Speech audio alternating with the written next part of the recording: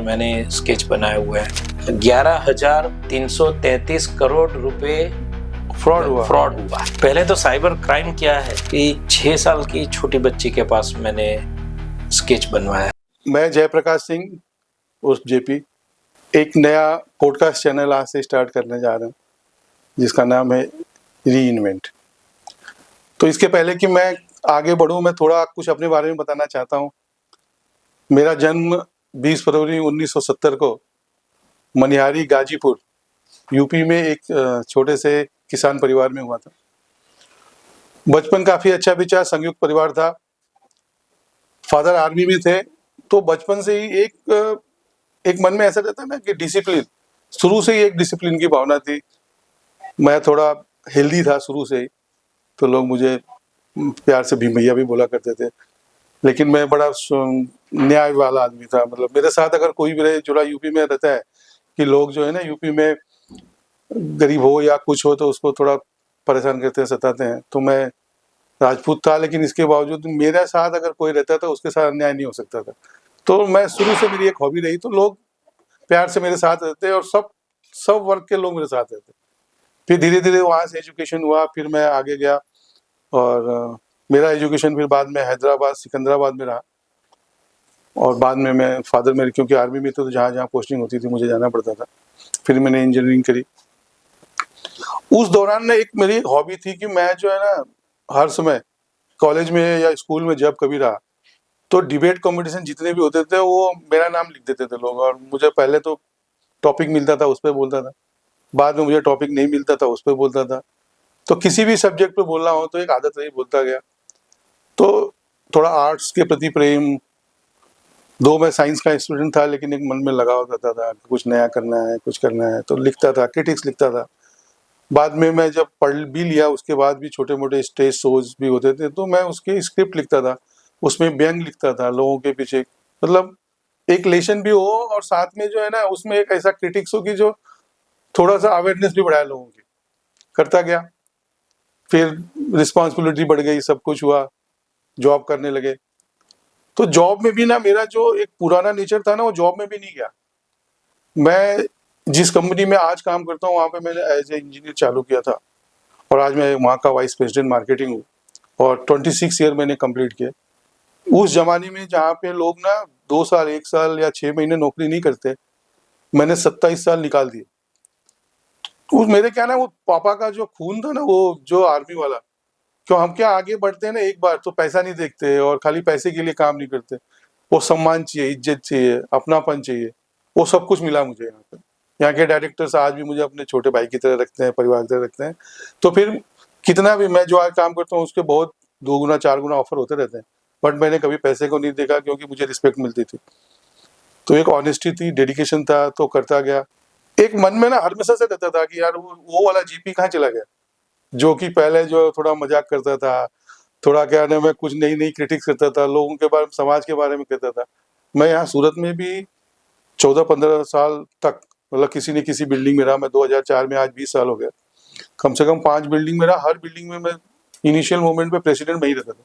तो मुझे समाज के प्रति करने में भी जागरूकता रहती थी कि मैं कुछ करूं। बट एक मन में था ना पुराना वाला जेपी, जो नटखट, थोड़ा कुछ करना, थोड़ा कुछ बोलना, कुछ बात करना, समाज से इन्वॉल्व होना, वो मिसिंग था। तो अब बच्चों ने भी बोला, सबने बोला, और जैसा मैं आपको बोल रहा था कि वो पुराने जेपी को वापस से री इन्वेंट करने का एक प्रोसेस है और जिसकी शुभारंभ आज से मैं करने जा रहा हूँ।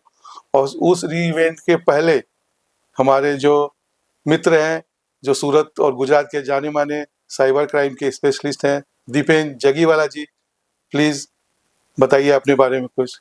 धन्यवाद जेपी जी, आपने मुझे आपके एपिसोड पे इनवाइट किया, इसके लिए मैं आपका आभारी हूँ। પોલીસ માટે કોઈપણ ગુનાનો ભેદ ઉકેલવા આરોપીનો સ્કેચ મહત્વની કડી સાબિત થાય છે.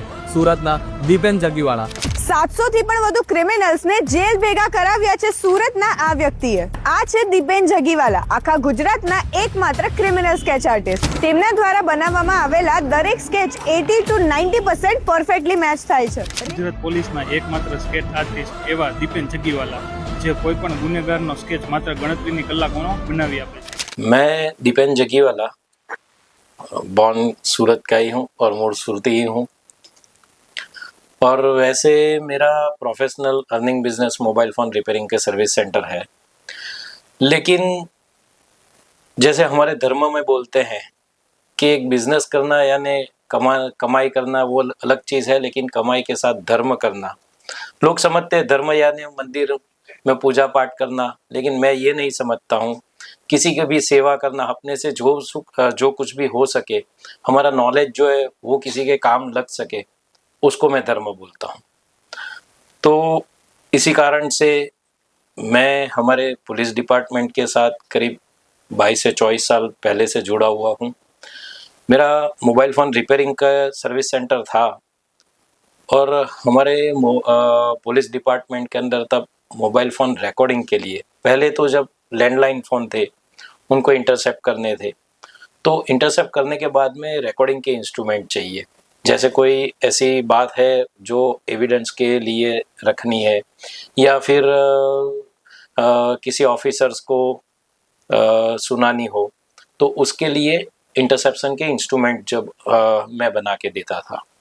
फिर लैंडलाइन के बाद मोबाइल फ़ोन आए, तो मोबाइल फ़ोन के लिए भी ये इंटरसेप्शन के इंस्ट्रूमेंट बनाए। फिर मेरे दिमाग में आया ये मोबाइल फ़ोन है तो टावर से चलते हैं, तो उससे कैसे क्राइम डिटेक्ट कर सकते हैं। तो तब मैंने ये मोबाइल फ़ोन के टावर डेटा लेके, या कौन से जहाँ पे जैसे क्राइम हुआ है तो वहाँ पे वो टावर पे कौन से नंबर एक्टिवेट है, उससे सस्पेक्ट के नंबर कौन से हो सकते हैं। फिर उसका CDR यानी अपना फ़ोन का इनकमिंग आउटगोइंग का डिटेल कंपनी के पास मंगवा के उससे हम क्रिमिनल तक कैसे पहुंच सकते हैं। ये सब शुरुआत मैंने क्राइम ब्रांच में काफ़ी साल पहले की थी। नहीं, लेकिन आप एकदम से ना एक आपका एक अलग बिजनेस था और एक अलग आप सेटअप के साथ चल रहे थे। उस सेटअप के साथ से एकदम आपको कैसे ये लगा कि मुझे जो है ना ये इस फील्ड में जाना चाहिए और साइबर क्राइम से रिलेटेड जो इश्यूज हैं उसमें गवर्नमेंट की हेल्प करनी चाहिए? जब मैं पुलिस डिपार्टमेंट में ये इंस्ट्रूमेंट के लिए जाता था, तब देखता हूँ हमारे डिपार्टमेंट में ऐसी कोई उस टाइम पे सुविधा नहीं थी, और जो एम्प्लॉय है वो भी इतने अवेयर नहीं थे। तो मुझे इसमें जानकारी थी, तो मैं मेरा खुद का लैपटॉप लेके जाता था। मैं जब मेरा लैपटॉप लेके जाता था तब पूरा स्टाफ मुझे घेर के खड़ा हो जाता था, ये क्या चीज़ लेके आया है। और फिर मुझे ऐसा लगा कि जहाँ पे गवर्नमेंट नहीं पहुँच सकती, लेकिन वो सब प्रॉब्लम तो हमारे सोशल इशू क्रिएट करते हैं और हमारे समाज को ही वो नुकसान हो रहा है। तो मैं मेरे खुद के अपना ही पर्सनल लैपटॉप यूज़ करके जब भी क्राइम होता था तो उसमें डिटेक्शन के लिए उनको हेल्प करने के लिए पहुंच जाता था। तो आपका तो जो ये मतलब मोबाइल से था और मोबाइल से रिलेटेड और उसकी जो ट्रैपिंग और ट्रैपिंग के बाद जो इन्फॉर्मेशन देना पुलिस का, तो फिर आपको ये स्केच बनाने का मतलब आर्ट या पहले से था आपके, या आपने एकदम डेवलप किया जो आपने जो क्रिमिनल्स के स्केच बनाने लग गया? नहीं, मैंने कोई ट्रेनिंग भी नहीं ली है, जी। मैंने कभी ऐसे पहले सोचा भी नहीं था। लेकिन जब मैं डिपार्टमेंट में जाता था तब एक आध दो बार ऐसा केस आया जिसमें आरोपी की कहीं से पहचान नहीं हो रही है, तो वो लोग ढूंढ रहे थे ऐसे कोई भी स्केच मेकर हो कि जिसके पास स्केच बना सकते हैं। फिर मैंने अपने हिसाब से ट्राई किया, वैसे ही बैठा था, मैंने बोला मैं खुद ट्राई करता हूँ, और मैंने ऐसे ही विलिंगली ट्राई किया और बहुत बढ़िया स्केच बना। वो जब फरियादी था उसने बोला यहाँ एग्जैक्ट यही दिख रहा है, तो मेरा भी कॉन्फिडेंस बढ़ा। फिर धीरे धीरे उसमें आगे बढ़ता रहा। उसके अंदर फिर मैंने भी अलग अलग डेवलपमेंट करके उसमें एक्सपर्टाइज। तो आप कौन से सन से चालू किया स्केच बनाना? अराउंड 2001 या 2002 से मैंने ये शुरू किया था। 22-23 साल हो गया। हाँ, काफ़ी। तो आपके जो मतलब इस जर्नी में 22-23 साल की जर्नी में कौन से ऐसे 2-4 पल जिसको आप याद करना चाहते होंगे कि मतलब जिसकी वजह से एकदम से जो बहुत क्रिटिकल प्रॉब्लम थी और उससे पुलिस को हेल्प मिली और जो गुनाहगार था वो पकड़ा गया? अराउंड 2003 में हमारे यहाँ सूरत में ही वराछा विस्तार है, वहाँ पे एक छोटा सा 2-3 साल का बच्चा था, प्रांशु उसका नाम था, और उसका किडनैपिंग हुआ था। ज़्यादातर केस में किडनैपिंग पैसों के लिए होता है, तो 1-2 दिन के अंदर पैसों की डिमांड का कॉल आ जाते हैं, तो हमको पुलिस को यानी उसमें से लिंक मिलता है लेकिन ये जो किडनैपिंग हुआ था उसमें ना तो कोई कॉल था, कुछ नहीं, कोई डिमांड भी नहीं थी। तो मन में डर ऐसा था कि जैसे कोई वो बच्चे को बलि के लिए लेके जाता है, मैली विद्या के लिए लेके जाता है, ऐसा डर लगा रहा था। और किडनैपिंग के बाद में करीब 15 दिन हो गए थे और कोई लिंक नहीं मिल रही थी। तब हमने एक ऐसे ही हमारे लैंडलाइन फ़ोन है उसको ट्रैप करना शुरू किया था। हमें एक सस्पेक्ट नंबर थोड़ा सा ध्यान में आया था कि जो बच्चा जहाँ से किडनैप हुआ था उसके सराउंडिंग एरिया में जितने भी एसटीडी है उनके हमने कॉल डिटेल निकलवाए थे, आउटगोइंग कॉल के, और उसमें से एक नंबर कॉमन निकला था। उसका हमने इंटरसेप्ट करना शुरू यहाँ पे किया था। वो नंबर उड़ीसा का था और उसका इंटरसेप्ट करना शुरू यहाँ पे किया था और उसमें भी करीब 15 दिन तक कोई जानकारी नहीं मिली। तो हमें ऐसा लगा शायद हम रॉन्ग साइड पे जा रहे हैं। लेकिन लास्ट में एक दिन एक कॉल आया, वो इंटरसेप्ट हुआ और वो हम आरोपी तक पहुंच सके और वो बच्चे को हम जिंदा यहाँ पे सूरत लेके आए। ग्रेट। और जब बच्चे को उसके फादर मदर को हैंड ओवर किया तब उनकी आंखों में जो मुझे चमक दिखाई दे रही थी और मेरे खुद के लिए या पूरी पुलिस डिपार्टमेंट की टीम के लिए जो आशीर्वाद थे वो कोई भी पैसे या कोई चीज़ मायने नहीं रखते। तो तब से और मुझे ज़्यादा मैं इंस्पायर हुआ कि काम करना है तो काम तो लाइफ में ऐसा ही करना है कि सामने वाले की life. Great sir, great great.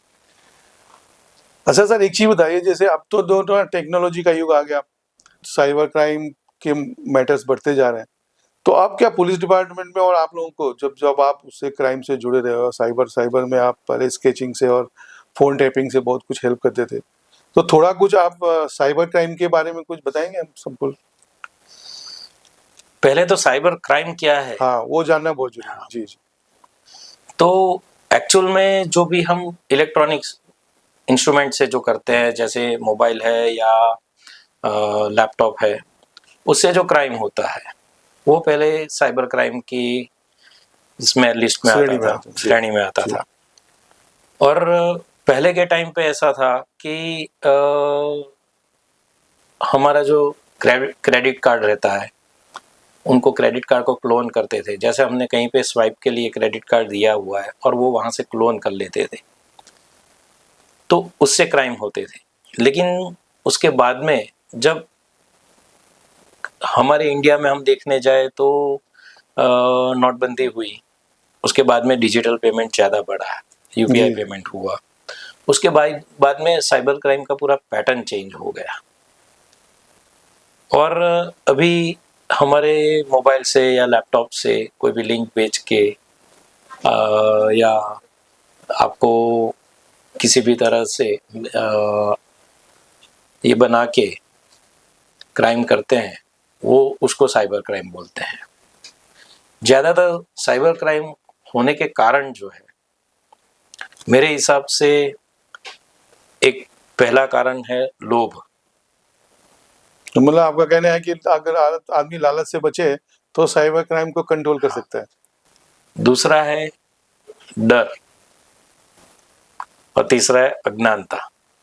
जी जी जी, मतलब आपके हिसाब से 3 मेन पॉइंट है। एक मैं आपको डिफाइन करके देता हूँ। एक आप कह रहे थे कि लोभ, डर और अज्ञानता, मतलब नॉलेज नहीं होना उस बारे में। जी जी। जैसे लोभ की बात करूं तो कई बार आप देखते हैं कि सोशल मीडिया पे कहीं ना कहीं कुछ ऐड चल रही है कि आपको पेन ड्राइव 5 रुपए में मिलेगी, या जियो की अभी स्कीम चल रही है, उसकी एनिवर्सरी ऑफर है, अभी इतने में रिचार्ज, ये लिंक से आप रिचार्ज करेंगे तो इतने में हो जाएगा। जी जी जी, बहुत कॉमन है। या डीमार्ट का अभी ऑफर चल रहा है, या अमेजोन का। अभी हमें ही सोचना है कि इतनी बड़ी ब्रांड है, उसको अगर ऑफर डालनी है तो वो न्यूज़पेपर में ऐड देगा या फिर टीवी चैनल पे देगा, रेडियो पे देगा। वो व्हाट्सएप पे क्यों ये लिंक चल रही है, व्हाट्सएप पे ऐड कौन देगा? लेकिन क्या है कि जब आप लोभ में आते हैं कि मुझे 5 रुपए में ये मिल रहा है, या सस्ता मिल रहा है, या मुफ्त में रिचार्ज मिल रहा है, तो आप वो लिंक को क्लिक करते हैं, और वो लिंक जब क्लिक करते हैं तब आपका मोबाइल हैक होता है, आपका पूरा डेटा उनके पास जाता है। दूसरी एक चीज़ ये भी होती है कि आपको ऐसा लगता है कि कैश ऑन डिलीवरी पे ही मैं तो मंगवा रहा हूँ, लेकिन वो लोग तो बॉक्स पैक दे के जाते हैं, आपका पेमेंट हो जाता है, बॉक्स खोल के देखते हैं तो अंदर से कुछ नहीं निकलता, पत्थरे निकलते हैं। जी। दूसरा है डर। डर वाला मतलब आपका कहना है कि डर जो मेनली आज की डेट में जो डिजिटल अरेस्ट वाले केसेस हैं, जी जी वो जी। डर से होने। जी। डर थोड़ा और इसको- ब्लैकमेल दोनों को Yes, मैं साथ yes. में लेके चलता हाँ, तो हूँ। थोड़ा इसको डिटेल में बताइए, हाँ। क्योंकि आज की डेट में ये डिजिटल अरेस्ट जो है ना, लास्ट 2-3 साल में बहुत बड़ी समस्या हो गई। पहले ही मैं जी। आपको बता रहा जी, हूँ जी। कि हमारे कानून में जी जी डिजिटल अरेस्ट जैसा कोई प्रावधान नहीं है, जी और जी। वो हमारे वड़ा प्रधान जी भी बोल हाँ, रहे यस हैं यस कि यस ऐसा यस। कोई प्रावधान नहीं है, लेकिन ये इसमें अवेयरनेस की कमी है। हाँ, जी जी कि डिजिटल अरेस्ट जैसा कोई प्रावधान नहीं है। डर के साथ में ब्लैकमेल दोनों को मैं साथ में आपको लेके चलता जी हूँ। जी। कई बार ऐसा होता है कि सोशल मीडिया है, सोशल मीडिया के ऊपर कोई किसी अनजान व्यक्ति से हम फ्रेंडशिप कर लेते हैं, फिर वो वीडियो कॉल करते हैं, वीडियो कॉल पे फिर वो खुद न्यूड हो जाते हैं या हमें न्यूड करने की बात करते हैं, तो फिर वो स्क्रीन रिकॉर्ड करते हैं, और स्क्रीन रिकॉर्ड करने के बाद में वो ब्लैकमेल करते हैं कि आपने अगर ये हम मुझे इतना पैसा नहीं दिया तो हम ये आपका ये वीडियो वायरल कर देंगे, ऐसा है। तो इसका मतलब कि जनता को या जो लोग भी फोन यूज करते हैं, आपके हिसाब से और जो आप जैसे एक्सपर्ट्स हैं उनके हिसाब से थोड़ी सी अवेयरनेस आनी चाहिए। अगर आप नहीं जानते हैं किसी को भी, तो व्हाट्सएप के वीडियो कॉल तो कभी किसी भी हालत में मत उठाइए। अनजान नहीं, व्यक्ति कोई भी का, ऐसे कोई स्काइपी का यस हो या किसी भी अनजान व्यक्ति का वीडियो कॉल कभी मत उठाइए अगर आप उसको नहीं जानते। थैंक यू, आगे। जी सर। तो फिर कई बार ऐसा भी होता है कि सामने से फिर कॉल आता है कि मैं बॉम्बे क्राइम ब्रांच से बोल रहा हूँ, या हम यूट्यूब से बोल रहे हैं आपका ऐसा ये वीडियो अपलोड हुआ है, ये हटाने के लिए इतनी फीस देनी पड़ेगी, या क्राइम ब्रांच वाले ऐसे डरा धमका कि आपका ये ऐसा वीडियो है, आपको इतना पैसा देना पड़ेगा। कभी कोई पुलिस ऐसे फ़ोन नहीं करती, और कोई यूट्यूब वाला भी फ़ोन नहीं। यूट्यूब डायरेक्ट ऐसी कोई भी कंटेंट होता है वो बैन करते हैं, कोई आपको कॉल नहीं करता। जी। लेकिन ये लोग क्या है, ऐसे डरा के फिर वो पैसे निकलवाते हैं। और अभी नया है, जैसे आपने बात की डिजिटल अरेस्ट, डिजिटल अरेस्ट में भी सामने से कॉल आता है कि आपका ये पार्सल है, वो पार्सल रिटर्न हुआ है, पार्सल के अंदर ड्रग्स मिला हुआ है, या फिर आपके ऊपर मनी लॉन्ड्रिंग का केस है, या फिर आपके नाम से ये सिम कार्ड रजिस्टर हुए हैं, उससे वो जो है वो कोई क्रिमिनल एक्टिविटीज़ में यूज़ हुए हैं। वो ऐसे बात करके फिर आपको हम क्राइम ब्रांच के ऑफिसर के साथ बात करवाते हैं, या फिर सीबीआई के ऑफिसर के साथ बात करवाते हैं। और वो एक बार आप फ़ोन उठाते हैं, फिर वो लोग बार बार इतना बोलते हैं आपका जैसे आपको हिप्नोटाइज जैसे कर देते हैं। कंटिन्यू उनका कैसेट चालू ही रहता है, एक के बाद दूसरा, दूसरे के बाद तीसरा, ऐसा ऑफिसर, और पूरा सेटअप बनाया रहता है पीछे, पूरा पुलिस का ऑफिस का सेटअप हो, वैसा सेटअप बना के रखते हैं। तो एक बार में आप भी ऐसा लगे कि नहीं ये सच में ऐसा ही है, लेकिन ये सब फ्रॉड होता है। और डिजिटल अरेस्ट करने के बाद में फिर इतना आपको बोलेंगे आपके इसके ऊपर इतना मनी लॉन्ड्रिंग का केस है, काम कीजिए, आप इतना पैसा वापस रिवर्ट कर दीजिए तो ये केस हट जाएगा। तो मतलब इन चीजों में जो है ना, पहला बेसिक जो है आदमी को क्या ध्यान देना चाहिए कि मतलब अगर इस तरह के कॉल आए, पहले तो कॉल नहीं उठाए। दूसरा, नहीं, ऐसा तो पॉसिबल अगर नहीं, अभी किसी का भी क्योंकि कॉल आए उठा लेंगे। बहुत बार ऐसा होता है कि वो हम इस धंधे में या बिजनेस में जो कुछ भी हम काम करते हैं या जो समाज में रहते हैं, तो वहाँ तो कभी बहुत सारे नंबर अननोन भी होते हैं, तो उठाना ही पड़ता है। लेकिन अननोन आ भी जाए नंबर और लगे कि थोड़ा भी सस्पिशियस है, तो उसको काट दें, उससे आगे बात नहीं करें।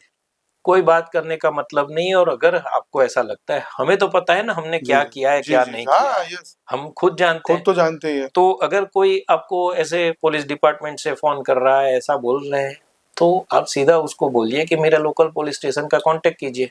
जी, लोकल पुलिस का कांटेक्ट करके आप मेरे वहां आ सकते हैं। बाकी ऐसे कोई डायरेक्ट, कोई भी एजेंसी डायरेक्ट आपको कॉल कभी भी नहीं। हाँ, नहीं कर सकती है ऐसे। और तीसरा जो है वो अज्ञानता।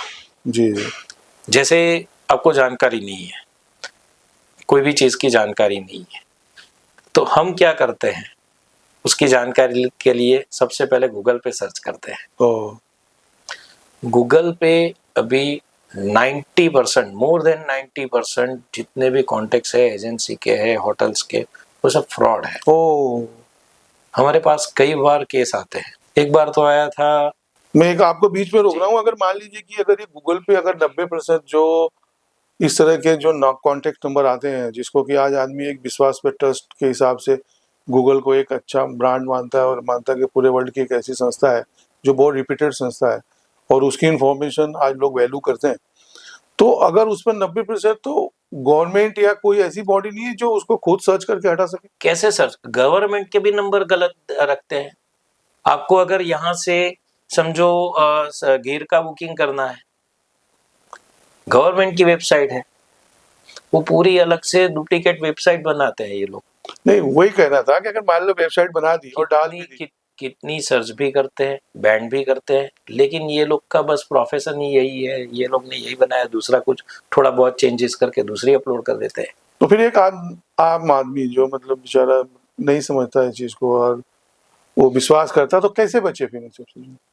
जब भी पैसे ट्रांसफर करना है, बुकिंग के लिए अगर पैसे ट्रांसफर करने हैं, तो जो अकाउंट नंबर देता है, वो अकाउंट में जिसमें भी आप पैसे डाल रहे हैं, ट्रांसफर कर रहे हैं, तो पहले आप वेरीफाइड कीजिए कि वो एजेंसी के नाम का अकाउंट नंबर है कि नहीं। किसी भी पर्सनल नाम के अंदर आपको ट्रांसफर ही नहीं करने हैं, ये सबके अंदर पर्सनल नेम आएंगे। ओ, जैसे मैं कोई होटल के रूम के लिए किसी होटल में बुकिंग कर रहा हूँ, तो वो होटल के नाम का अकाउंट होना चाहिए।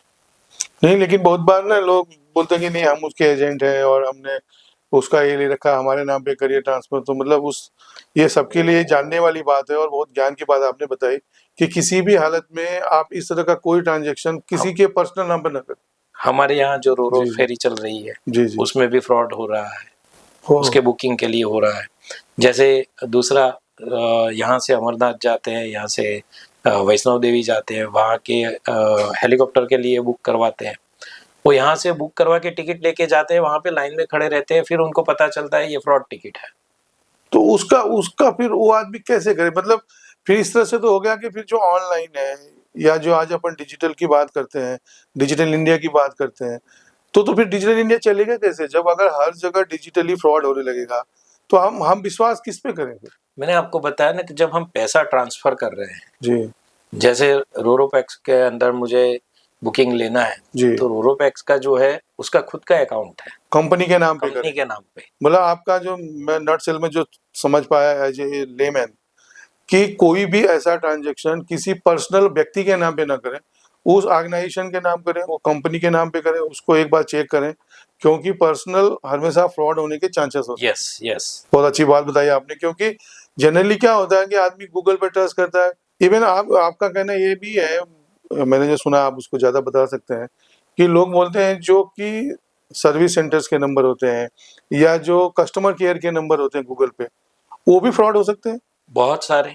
मैं हमारे एक ऑफिसर की बात करता हूँ, जी उनकी वाइफ ने लैक्मे का जी जो ब्यूटी सलून है वहाँ पे सर्विस ली थी, जी, फिर वो सर्विस से सेटिस्फाइड नहीं थे, तो उन्होंने उसकी साइट पे जाके कंप्लेन की। कंप्लेन करने के बाद सामने से कॉल आया उनको कि आपने कंप्लेन की है, आपने जो भी पैसा ये बताया है, आप जो चार्ज किया हुआ है वो हम आपको रिवर्ट कर रहे हैं, आपके बैंक अकाउंट नंबर दीजिए। उन्होंने बैंक अकाउंट नंबर दिया, फिर बोले कि आपको वेरीफाइड करने के लिए एक ओटीपी आएगा, ओटीपी दीजिए। ओहो, ओटीपी दे दिया, और पैसे कट गए। पैसे आने की जगह पे सब पैसे चले गए। जी तो पहले कॉमन ये चीज़ भी ध्यान रखनी है, कभी ओटीपी किसी को भी देना नहीं है। क्यूआर कोड भी जो स्कैन करने के लिए कई बार ऐसा होता है। दूसरा एक हादसा भी ऐसा हुआ था कि एक रास्ते में एक छोटा सा बच्चा, जो डॉग का बच्चा था, एनिमल, वो कुछ इंजर्ड था, तो एनिमल हेल्पलाइन के ऊपर कॉल किया था किसी ने, तो वहाँ से एम्बुलेंस भेजने के लिए बोला था। तो उन्होंने बताया कि आपको एक टोकन अमाउंट देना है, जैसे 1 रुपये खाली आपको पे करने हैं, और उसके लिए मैं आपको क्यूआर कोड भेज रहा हूँ। जैसे क्यूआर कोड स्कैन किए, 10,000 रुपीज निकल गए। ओह, तो गवर्नमेंट की कोई भी ऑर्गेनाइजेशन ऐसा नहीं है आपके पास टोकन मनी कोई नहीं ले रहा। थोड़ा सा हमें भी ये ध्यान में रखना चाहिए। और जब क्यूआर स्कैन करते हैं तो ये लोग क्या है, पहले से पे कार्ड बनाते हैं, क्यूआर का पे कार्ड बनाते हैं, जैसे कितना अमाउंट मुझे निकालना है वो क्यूआर के अंदर लिख के ही भेजते हैं। ओह। तो आप जैसे स्कैन करते हैं ऑटोमेटिकली उतना पैसा automatically डिटेक्ट हो उतना है। जाएगा, आपको टाइम भी नहीं मिलेगा। तो आपको देखना है, आप एक बार क्यूआर भी स्कैन करते हैं ना, तो आपका ओटीपी तो आपको ही डालना है या ट्रांजैक्शन आईडी तो आपको ही डालना है। जी जी। तो डालने से पहले आप देखिए कि कितना पैसा कितना पैसा जा रहा है। जी जी जी। और मेन चीज तो यही है कि कभी कोई गवर्नमेंट एजेंसी में ऐसा टोकन मनी नहीं लेते हैं। आपको कॉल करना है, वो एम्बुलेंस आनी है, आ जाएगी, उसमें ऐसा नहीं होता है 1 रुपए भी टोकन लेना हो, कभी भी मैंने नहीं सुना है। नहीं नहीं, बहुत अच्छी चीज बताई आपने, क्योंकि क्या होता है आज जो है ना, आज के टाइम पे कोई भी ऐसा काम मतलब जहाँ पे भी सस्पिशियस लगे, और अगर अपने को अवेयरनेस से सीखना चाहिए। अब अगर मान लीजिए कि फ्रॉड हो गया और पैसे कट गए, उसके बाद क्या करें? जैसे ही आपके साथ साइबर फ्रॉड हो रहा है, जी जी। तो आप दूसरा तीसरा करने की जगह पे सीधा 1930 पे कॉल कीजिए। ओके। कई बार ऐसा होता है कि वो सामने से हमारे ऊपर कॉल आता है, सर ऐसा ऐसा ऐसा हुआ है, वो आधा घंटा उसका सुनाता है, ओके। हमें तो पता ही है आपके साथ क्या हुआ है। तो ये 1930 डायरेक्ट 1930 जो है वो सेंट्रल गवर्नमेंट का ओके। नंबर है। जी जी आप जैसे ही 1930 पे कॉल करते हैं, वो लोग आपकी बात सुनेंगे। जी। वो लोग के पास अथॉरिटी है कि आपका पैसा जिस अकाउंट में गया है वो अकाउंट को वो फ्रीज करेंगे। ओके तो आपका पैसा वहां पे रुक जाएगा। ओके। तो रिवर्ट होने के चांसेस मैक्सिमम है। अरे वाह, वेरी गुड। बाकी आप जैसे ये लोग क्या करते हैं कि जैसे आपके अकाउंट में से 1 लाख रुपए निकाल दिए, तो वो जो अकाउंट में गए वहां से दूसरे कम से कम 100 अकाउंट के अंदर डिस्ट्रीब्यूट कर ओह। देते हैं मतलब with in with in few 5 seconds। हाँ, ओह। वो डिस्ट्रीब्यूट करते हैं और अमाउंट छोटी छोटी बना देते हैं। फिर वो सब कैश निकल जाता है, और एक बार कैश निकल गया, आरोपी पकड़ा जाएगा लेकिन पैसा नहीं मिलेगा, ओह। उसका कोई मतलब नहीं है। तो इसके लिए सबसे पहले 1930 पे कॉल। तो ध्यान रखिए, कुछ भी अगर किसी के साथ होता है, पहले तो आप अवेयर रहिए, सिस्टम का साथ काम करिए, डरिए मत, लोभ मत करिए, जो जो चीजें सर ने बताई वो मत करिए। और अगर खुदा न खास्ता आपके साथ हो गया तो आप इमीडिएट 1930 पे कॉल और करिए। उसके साथ में जी जी। अगर 1930 आपका कभी नहीं लग नहीं रहा लगा, है, हाँ, तो क्या एंगेज करें? आ रहा है, जी जी। तो 100 नंबर पे बताइए। ये 100 नंबर क्या है? 100 नंबर पुलिस का direct पुलिस का डायरेक्ट नंबर है, वो भी लाइन कनेक्ट करके तो वो लोग देते भी हैं। साइबर वाले केस में हेल्प करेंगे। जी श्योरली करते हैं। तो वो जैसे भी आपने line connect करते हैं। 1930 बताया सेंट्रल के लिए साइबर, स्टेट गवर्नमेंट का भी कोई नंबर होता है या एक ही नंबर नहीं, बताऊं? जैसे हम 1930 करते हैं, वो जी, लोग जी। आपकी बात सुनते हैं, जी फिर वो लोग डाइवर्ट करते हैं और आपके ऊपर सामने से स्टेट गवर्नमेंट से कॉल आता है, जो हमारे वहाँ गांधीनगर सीआईडी क्राइम से आता है। जी फिर वो वापस आपकी बात सुनते हैं और आपके पास जो भी कोई एविडेंस है, जी जैसे आपका पैसा ट्रांसफर हुआ है जी। तो उसका स्क्रीनशॉट मंगवाते हैं, वो व्हाट्सएप पे ही मंगवाते हैं। आपने कुछ दिन पहले ना एक सूरत में भी किसी को हेल्प किया था, आपके जानने वाले थे, और वो डिजिटल अरेस्ट पे फंस भी गई थी शायद मैडम, कोई प्रोफेसर मैडम थी, हाँ। उसके बारे में कुछ बताएं। वो जो मैडम थे वो हमने उनके कॉलेज में उनके क्लास में साइबर क्राइम अवेयरनेस के लिए भी प्रोग्राम किया अच्छा, था। अरे ग्रेट। तो मैडम ऐसे मुझे जानते थे और उनको ऐसा ध्यान में था कि पुलिस डिपार्टमेंट के साथ मैं कनेक्ट हूँ। जी जी। तो एक बार उनका पहले मेरे ऊपर कॉल आया, मैं कॉल रिसीव कर रहा हूँ लेकिन बात नहीं कर रहे हैं। 2-3 बार कॉल आया, मैं कॉल रिसीव कर रहा हूँ, सामने से कोई आवाज़ नहीं आ रही है, तो इसके लिए मुझे थोड़ा सस्पेक्ट लगा। फिर मैं सामने से कॉल करूँ तो वो रिसीव भी नहीं कर रहे हैं। फिर उन्होंने मुझे एक मैसेज भेजा कि बॉम्बे क्राइम ब्रांच ने उनको अरेस्ट किया हुआ है और उनको मेरी हेल्प की ज़रूरत है। जब आपने कुछ दिन पहले उनके साथ क्लास लिया हाँ। किया था, तो उनको भी डाउट नहीं हुआ डिजिटल नहीं। अरेस्ट का? उनको थोड़ा सा भी ये नहीं ओह, हुआ। क्या बात। तो उनको ऐसा लगा था कि मैं एज अ पुलिस हेल्प करूं। जी जी। लेकिन मुझे तभी डाउट हुआ कि ये कुछ गलत हो रहा है, तो मैं सीधा उनके घर पे पहुंच गया। जब उनके घर पे मैं पहुंचा तो वैसे दरवाजा बाहर का थोड़ा सा खुला था, मैंने देखा घर में कोई नहीं देख रहा है, धीरे से फिर अंदर गया तो उनके फादर, वो भी बहुत ओल्ड थे, उनको और ये मैडम को दोनों को डिजिटल अरेस्ट करके रखा था, यानी सामने मोबाइल चालू था, ये दोनों बैठे हुए और रो रहे हैं। फादर को भी? दोनों को। अरे। वो पहले मैडम को ही रखा था, लेकिन मैडम 2-3 घंटे से रूम में थे, तो उनके फादर फिर आए, क्या हुआ है क्या, ऐसे पूछने आए, तो उनको भी रख दिया कि ये नेशनल सिक्योरिटी से जुड़ा हुआ मामला है, आप भी नहीं जा सकते, ऐसा करके उनको भी वहाँ पे रूम में बिठाया हुआ था। सामने वीडियो कॉल चालू था। मैं जैसे वहाँ पे पहुँच गया, ये लोग की आवाज़ सुन के मुझे ध्यान में आ गया कि ये फ्रॉड चल रहा है। तो मैंने उनके फादर को साइड से इशारा करके मेरे बाजू बुला लिया। फिर उनको पहले ही मैंने पूछा कि आपने क्या क्या डिटेल दी है, जी क्योंकि मुझे भी ये लोग जो काम करते हैं वही मुझे करना था।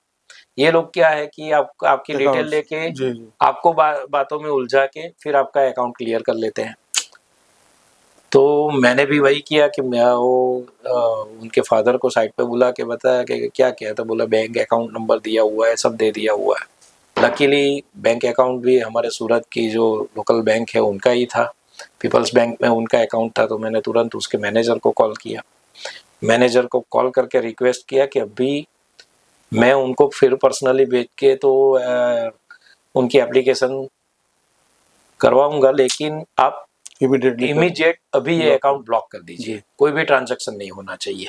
यहाँ पे ये साइबर क्राइम का मामला है, आप पहले ये अकाउंट ब्लॉक कीजिए। जी जी फिर अकाउंट ब्लॉक करवा के फिर मैंने मैडम को बोला कि आप अभी ये कॉल कट कीजिए। तब भी मैडम बहुत डरे हुए थे, नहीं मैं कॉल कट करूंगी तो ये लोग मुझे यहाँ पे आके उठा के लेके जाएंगे।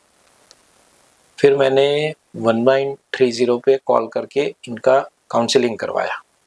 तब जाके मैडम को पता चला कि ये एक्चुअल फ्रॉड था, ऐसा कोई डिजिटल अरेस्ट जैसा कोई क्राइम है ही नहीं। तो उतना टाइम मिलता है आदमी, मतलब अगर मेंटल फ्रेम, चलो आप जैसा हेल्प मिल गया, नहीं तो इतना आदमी उस मेंटल फ्रेम में होता ही नहीं है। अभी लास्ट वीक में भी हमारे वहाँ जी। हुआ है, जी एक सीनियर सिटीजन अंकल का हुआ है।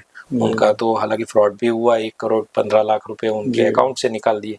तो उनको 15 दिन तक डिजिटल अरेस्ट में रखा था और 3 दिन तक तो कुछ खाने भी नहीं दिया। ओह। वो अंकल को फिर आईसीयू में एडमिट करना पड़ा।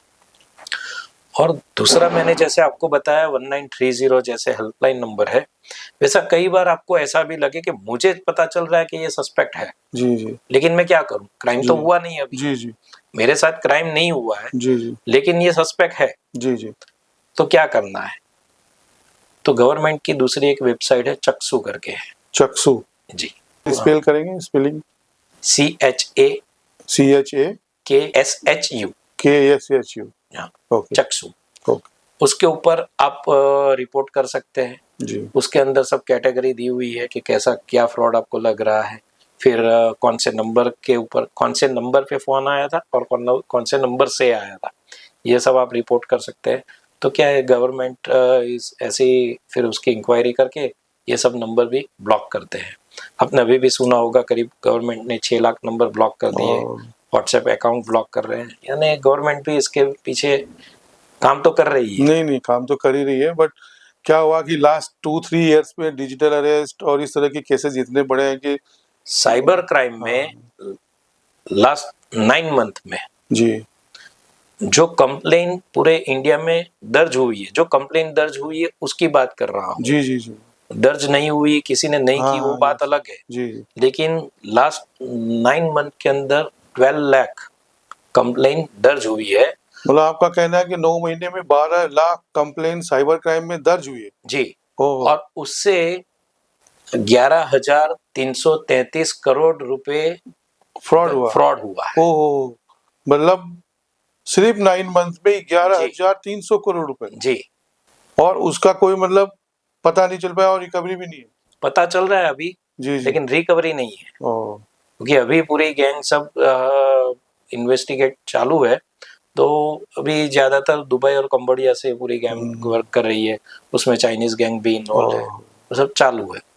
लेकिन वैसे देखने जाए हमें ऐसा लग रहा है किसी के साथ छोटा सा हो गया, लेकिन छोटा नहीं है, ये बहुत नहीं ना, आपने बहुत बड़ी बात बताई। 9 मंथ में 11,300 करोड़ रुपए का फ्रॉड हो गया और 12 लाख लोगों ने रिपोर्ट किया। मेरे पास एक केस आया था जी, एक आदमी था, उसकी लड़की को फॉरेन भेजने के लिए जी, उसने पैसे इकट्ठा किए थे, वो जो बैंक में एक तो अकाउंट में दिखाने पड़ते हैं वीजा के लिए, 70 लाख रुपए थे। ओह, फिर उसको लगा कि अभी 2 महीने तक तो है ना मेरे पास, तो थोड़ा शेयर के अंदर ये करवा देता हूँ। कभी ऐसा होता है कि व्हाट्सएप के अंदर ऑटोमेटिक आप कोई ग्रुप के अंदर ऐड हो जाते हाँ, हैं, इन्वेस्टमेंट ग्रुप है, बहुत सारे आते हैं, बहुत सारे इन्वेस्टमेंट ग्रुप के अंदर आप मेरे भी बहुत सारे आते हैं। फिर उसमें क्या होता है कि सामने अंदर जो भी दूसरे दूसरे जो जी। पीपल है वो अंदर अंदर चैट कर रहे हैं कि मैंने कल इतना इन्वेस्ट किया, जी, मुझे जी। इतना प्रॉफिट हुआ। जी जी वो बोल रहा है कि मैंने ये इन्वेस्ट किया था, एक हफ्ते के अंदर मुझे 5 लाख रुपए मिले। जी जी। तो उससे जाके क्या है, हमें खुद भी अंदर से ऐसा मैं भी इन्वेस्ट करूं। हाँ, लगता है कि चलो कि मैं इतने भी जल्दी कुछ पैसे करूं। मिलते तो मैं भी कुछ कर लूँ। जी जी। तो अब जैसे मैसेज रखेंगे भाई क्या मुझे भी कुछ टिप्स दो ऐसा, तो लोग लिंक भेजते हैं कैसे इन्वेस्ट करना है, क्या है, मुझे टिप्स दो। तो वो लोग क्या है उसके बाद में एक लिंक भेजते हैं कि ये सॉफ्टवेयर में आप लॉग इन कर लो, इसके अंदर पूरा आपको दिखाएगा कौन सा शेयर लेना है, कौन सा बेचना है, क्या है। फिर वो सॉफ्टवेयर में आप लॉग इन करने के बाद में आप जैसे 5,000 डाल रहे हैं तो दो दिन में आपको 7,000 दिखा रहे हैं। जी जी। ओ 20,000 डाले हैं तो 35,000 दिखा रहे हैं। ऐसे छोटी छोटी अमाउंट जब आप डालते हैं तो आपको प्रॉफिट ज्यादा दिखाते हैं।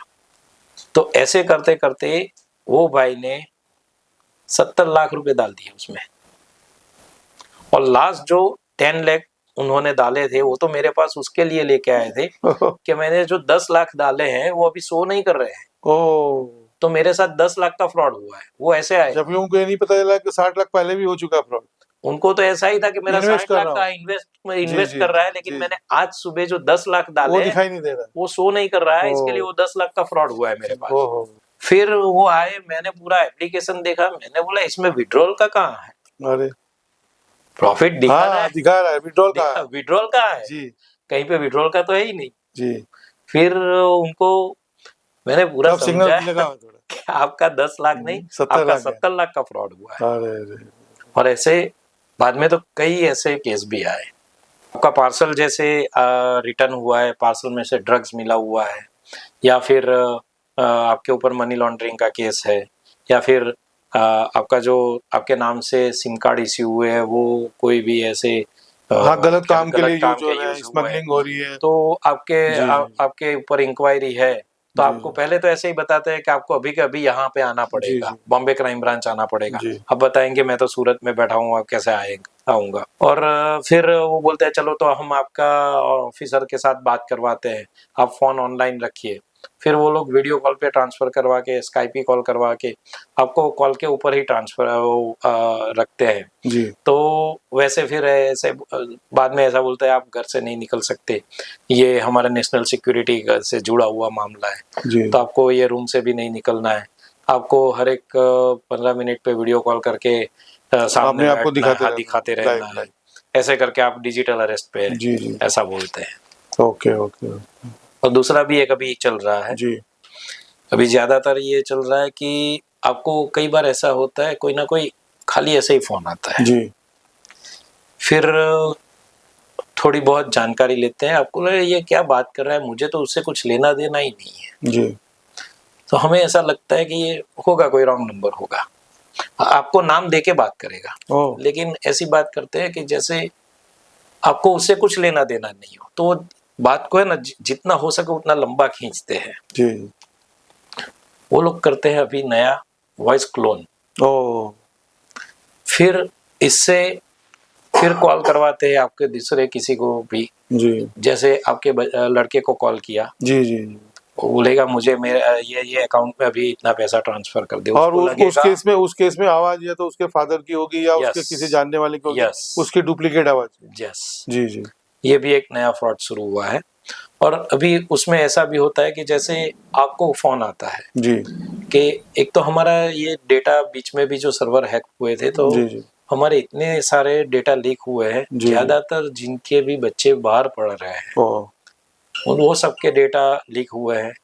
जैसे मेरा लड़का बाहर है तो मेरे ऊपर कॉल आएगा, आपका लड़का ये यहाँ पे पढ़ रहा है, और एक केस के अंदर हमने उसे अरेस्ट किया हुआ है, ओ और फिर वो बात करवाते हैं। जी जी। तो मुझे ऐसा ही लग रहा है सामने कि मेरा ही लड़का है, वो लोग ने उसका वॉइस क्लोन किया हुआ रहता है। जी जी। फिर बोलते हैं अभी आपको इमीडिएट उसको छुड़ाना हो तो इतना पैसा ट्रांसफर कीजिए, ऐसा करके भी अभी नया ऐसा फ्रॉड। तो उस केस में क्या करना चाहिए आदमी को? पहले दूसरे नंबर से हमारा जो भी वो आदमी जिसके है भी जिसकी नंबर है, बात हो रही उसको फोन उसको करके। डायरेक्ट कॉल यस करके यस। उसको पूछ लेना चाहिए। जी जी जी। तो ये भी बहुत नॉलेजेबल है, और मेरे साथ भी मतलब एक दो बार ऐसा रहा है, तो मैं भी सबको ये बोलता रहता हूँ कि मतलब ये बहुत जरूरी चीज है, क्योंकि अब जब से अब आप तो अभी अपन तो साइबर क्राइम और साइबर फ्रॉड की बात कर रहे हैं, अब जब एआई आएगा ना तो ये क्लोनिंग का इशू और बढ़ने वाला है।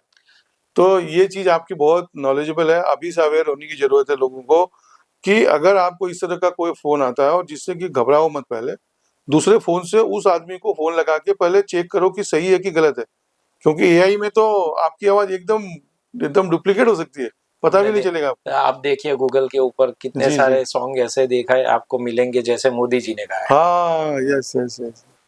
तो ये एआई का ये मतलब है भी कि आगे वाले टाइम पे साइबर के साथ साथ एआई में भी उन चीजों को ध्यान जितने रखना है। प्लस पॉइंट है जी, उतने ही जी। माइनस पॉइंट भी रहते हैं। अभी जी। दूसरा भी ये जो डिजिटल अरेस्ट में आता है ना, वो पहले तो ये अपना रोबोटिक कॉल आता है, जी जी जी जी। आपका डीएचएल कुरियर से ऐसे करके आता है, फिर जानकारी के लिए 1 दबाइए, हाँ। कस्टमर केयर के साथ बात करने के लिए 2 दबाइए, ऐसे अच्छा करके सर, एक आता चीज है। बताइए, एक आजकल ना एक बहुत सारा आता है, अभी फोन आते हैं, हमारे भी फोन आते हैं कि बोले कि आपका जो फोन नंबर जो है ना आजकल दुरुपयोग में है, और इसका आपका नंबर आज मतलब 2 घंटे के अंदर बंद कर दिया जाएगा, और आप अगर चाहते हैं कि आपका नंबर न बंद हो तो 9 दबाइए। तो ये क्या, नहीं, ये भी साइबर क्राइम? हाँ, ये भी साइबर क्राइम है। अरे वाह। ये अब जैसे ही दबाएंगे वो सिम स्वैपिंग के लिए ये होता है, तो आपका नंबर जो है वो लोग स्वैप करके दूसरी जगह पे यूज करते हैं। अच्छा अच्छा अच्छा।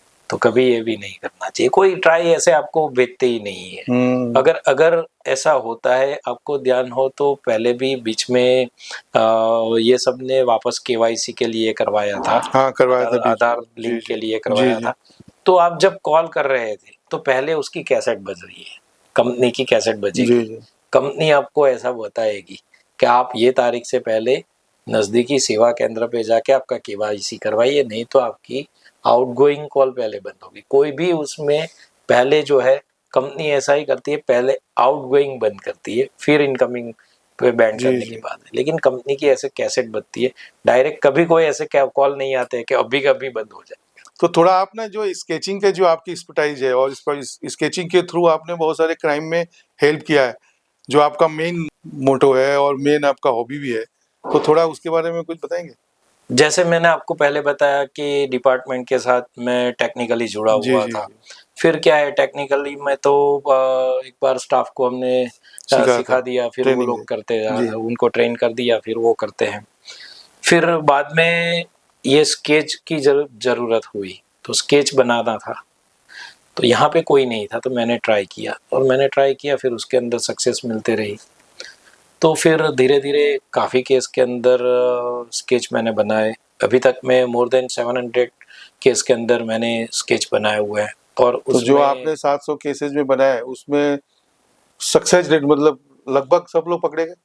नहीं, ऐसा तो मैं नहीं बता हाँ। सकता, और मुझे इतना ज़्यादा जानकारी वो भी पता नहीं नहीं है, चल पाता है। क्योंकि मैंने पूरे स्टेट के बनाए ओके, हुए हैं। ओके। लोकल पुलिस स्टेशन हो तो पता चले, या लोकल सिटी का हो तो पता चले। तो लेकिन अगर जैसे क्राइम बाहर हो जाता है अदर देन सूरत, तो वो आपको कैसे अप्रोच कर?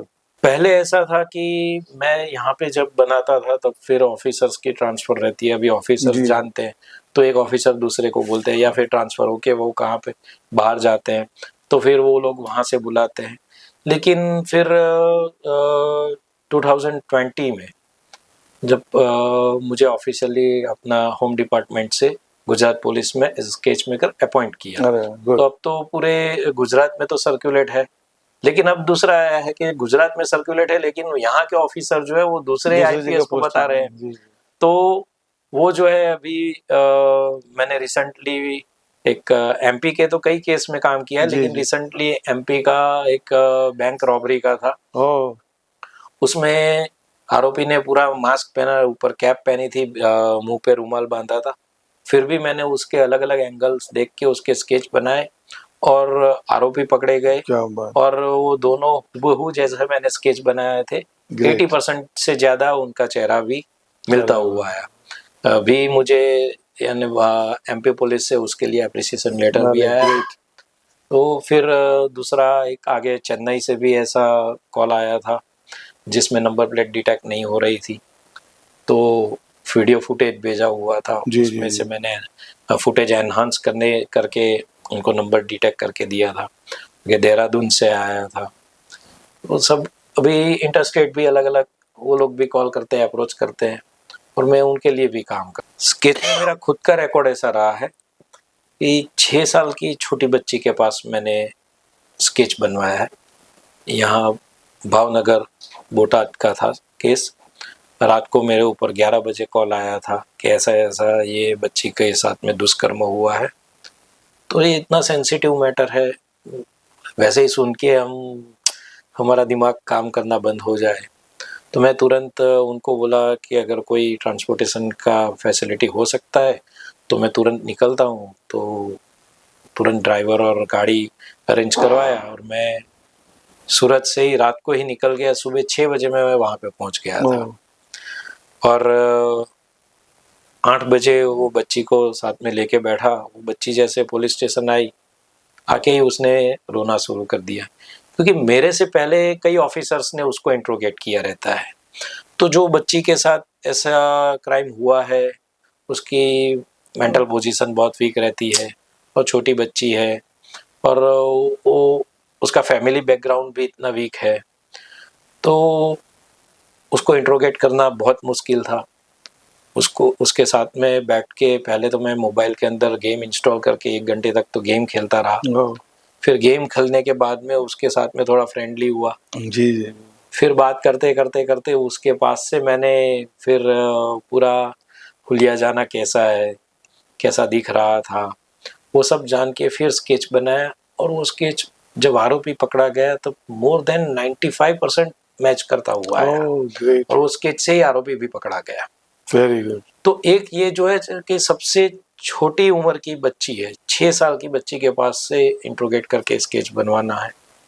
और उसके साथ में अभी जो है रिसेंटली सूरत के अंदर डिजिटल अरेस्ट का जो एक केस हुआ, उसमें 92 इयर्स ओल्ड अंकल है। हाँ, उस उम्र में तो आदमी एकदम समझना भी भूल जाता है। तो उनको बोलने की तकलीफ है, वो उनको सुनाई कम देता है। Yes yes. और वो उनको 15 दिन तक डिजिटल अरेस्ट में रखा था।